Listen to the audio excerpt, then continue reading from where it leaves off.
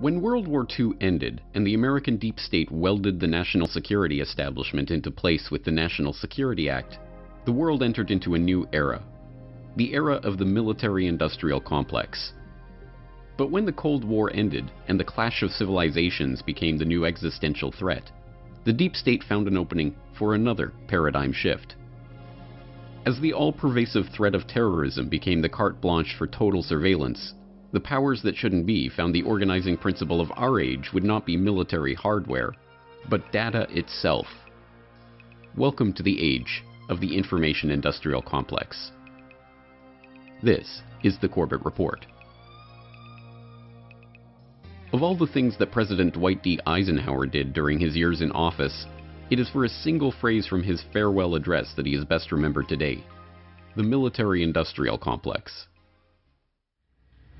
In the councils of government, we must guard against the acquisition of unwarranted influence, whether sought or unsought, by the military-industrial complex.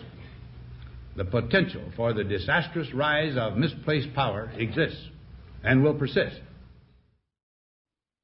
It is not difficult to see why these words passed so quickly into the political lexicon. Think of their explanatory power. Why did the US use inflated estimates of Russian military capabilities to justify stockpiling a nuclear arsenal that was more than sufficient to destroy the planet several times over? The military-industrial complex. Why did America send 50,000 of its own to fight and die in the jungles of Vietnam, killing untold millions of Vietnamese, not to mention Cambodians? The military-industrial complex. Why did the US use the public's fear and anger over 9/11 and a phony panic over non-existent weapons of mass destruction to justify the illegal invasion and trillion-dollar occupation of Iraq? The military-industrial complex.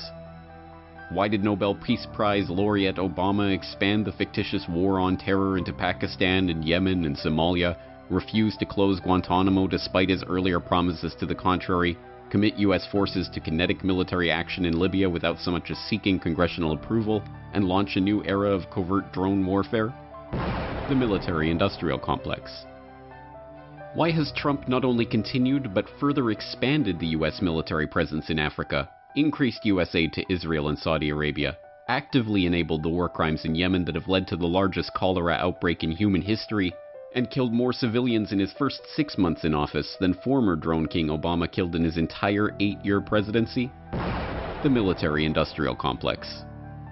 When you think about it, it's rather remarkable that such a phrase was ever uttered by a president of the United States, much less a former 5-star general. Could you imagine any modern-day president talking about something like the military-industrial complex and its attempted acquisition of unwarranted influence without immediately dismissing the idea as a conspiracy theory? Over the decades, there has been much speculation about Eisenhower's use of the phrase and what precisely he was warning against. Some have argued that the phrase was prompted by Eisenhower's discovery that the Rand Corporation was grossly misrepresenting the Soviets' military capabilities to John F. Kennedy, who ended up using the Rand-invented and completely fictitious missile gap threat as a cornerstone of his 1960 presidential election campaign. Whatever the case, it is perhaps time to revisit Eisenhower's most famous speech. What Eisenhower is ultimately describing is the rise of American fascism, the merger of government and corporate power. What term can better capture the nature of early 21st century American political life? Is there any longer any doubt that the military-industrial complex has reached its ultimate expression in firms like Blackwater, aka G, aka Academy, and its military contractor brethren?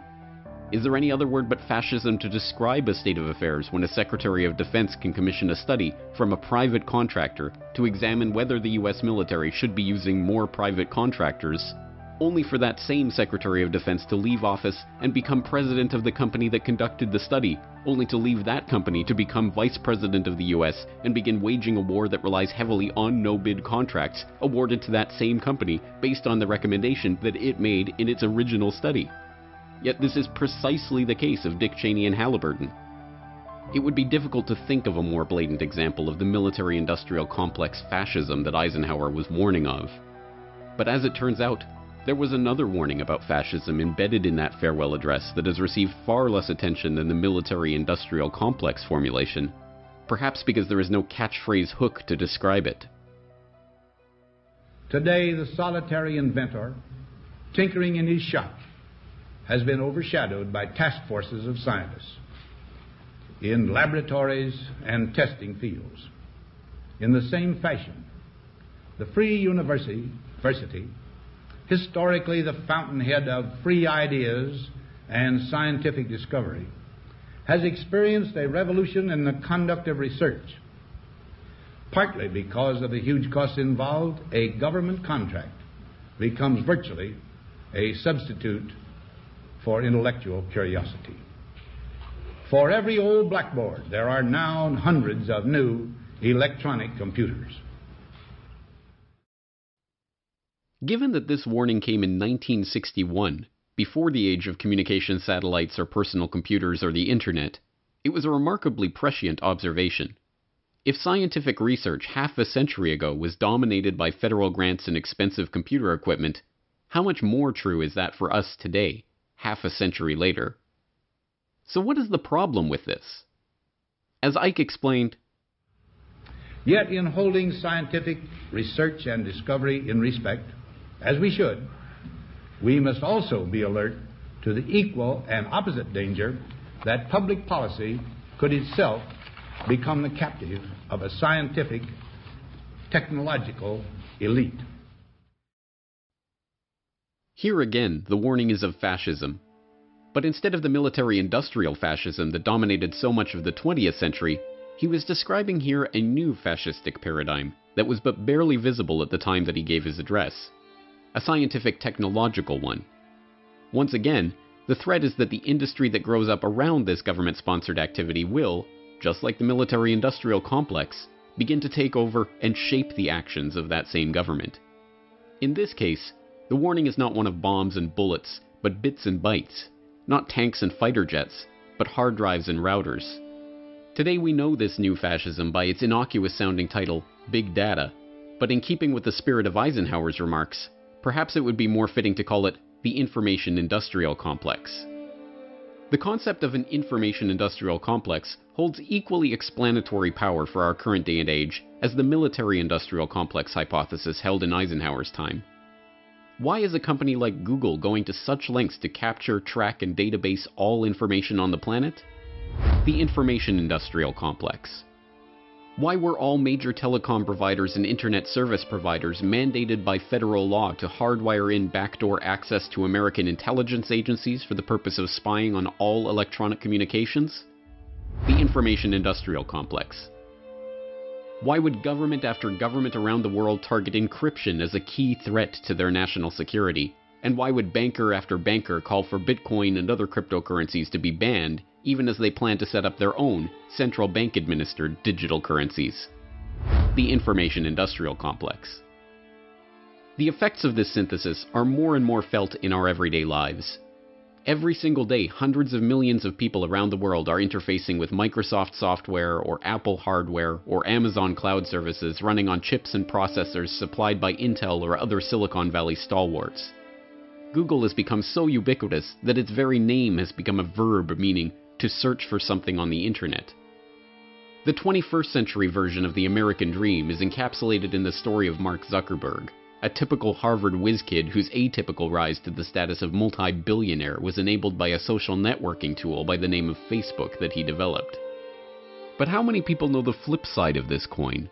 The one that demonstrates the pervasive government influence in shaping and directing these companies' rise to success, and the company's efforts to aid the government in collecting data on its own citizens. How many know, for instance, that Google has a publicly acknowledged relationship with the NSA, or that a federal judge has ruled that the public does not have the right to know the details of that relationship, or that Google Earth was originally the brainchild of Keyhole Inc., a company that was set up by the CIA's own venture capital firm, In-Q-Tel, using satellite data harvested from government Keyhole-class reconnaissance satellites. Or that the former CEO of In-Q-Tel, Gilman Louie, sat on the board of the National Venture Capital Association with Jim Breyer, head of Excel Partners, who provided $12 million of seed money for Facebook. Or that in 1999, a backdoor for NSA access was discovered in Microsoft's Windows operating system source code. or that Apple founder Steve Jobs was granted security clearance by the Department of Defense for still undisclosed reasons while heading Pixar in 1988, as was the former head of AT&T and numerous others in the tech industry. The connections between the IT world and the government's military and intelligence apparatus run deep. In fact, the development of the IT industry is intimately intertwined with the US Air Force, the Department of Defense, and its various branches, including famously DARPA, and, of course, the CIA.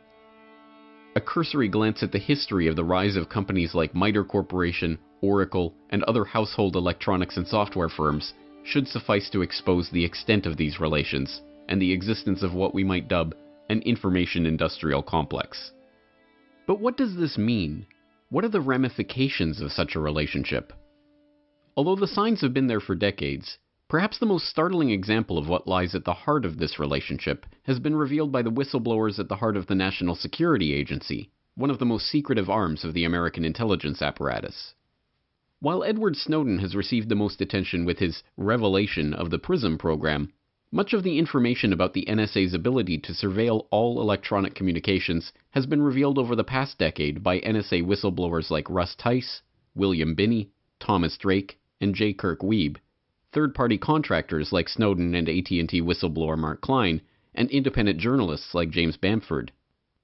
Together, the story they tell is of a truly Orwellian society in which all communications are being captured and analyzed by the NSA and, with the advent of facilities like the new data center in Utah, presumably stored indefinitely for use at any future time in any future investigation for any pretense by anyone with authorization to access that data. According to Snowden, this includes lowly third-party contractors like himself, operating at NSA subcontractors like Booz Allen Hamilton in the vast and expanding private intelligence industry that has grown up around the information industrial complex in the exact same way as private military contractors like Blackwater formed around the military-industrial complex. In some ways, this information-industrial complex is even more insidious than its military-industrial counterpart. For all of the ills caused by the military-industrial complex, and there are many, at the very least, it required some sort of excuse to drain the American people's resources, and its failures, like the Vietnam quagmire or the debacle in Iraq, happened in the clear light of day. In the information-industrial complex, where vast spying programs happen in the shadows and under the cover of national security, it takes whistleblowers and insiders willing to risk it all even to find out what is being done by these shadowy agencies and their private sector contractors. Even worse, the entire Orwellian spy grid is being run on the flimsiest of pretenses, the war on terror, that has no defined endpoint and justifies turning that spy grid inward on the American people themselves. Surely Eisenhower never envisaged the monstrosity that this information industrial complex has become, but the foresight he saw in identifying its early stages over half a century ago is remarkable. The problem is that we are even further away from heeding the warning that he delivered in that 1961 address than we were at that time. It is the task of statesmanship to mold, to balance, and to integrate these and other forces, new and old, within the principles of our democratic system, ever aiming toward the supreme goals of our free society. If only this was the rhetoric that was shaping today's debate on the issue, instead of the well-worn canard that we must strike a balance between freedom and security. Sadly, until such time that the National Security Act of 1947 is repealed, and the cover of national security is lifted from the dark actors that populate this sector, the information-industrial complex is unlikely to be quashed, or even hampered, anytime soon. The Corbett Report is brought to you by the Corbett Report subscriber, a weekly newsletter featuring James Corbett's International Forecaster editorial, recommended reading and viewing, discounts on Corbett Report DVDs, and once a month, a subscriber-only video. Sign up today to start receiving your copy at corbettreport.com/support.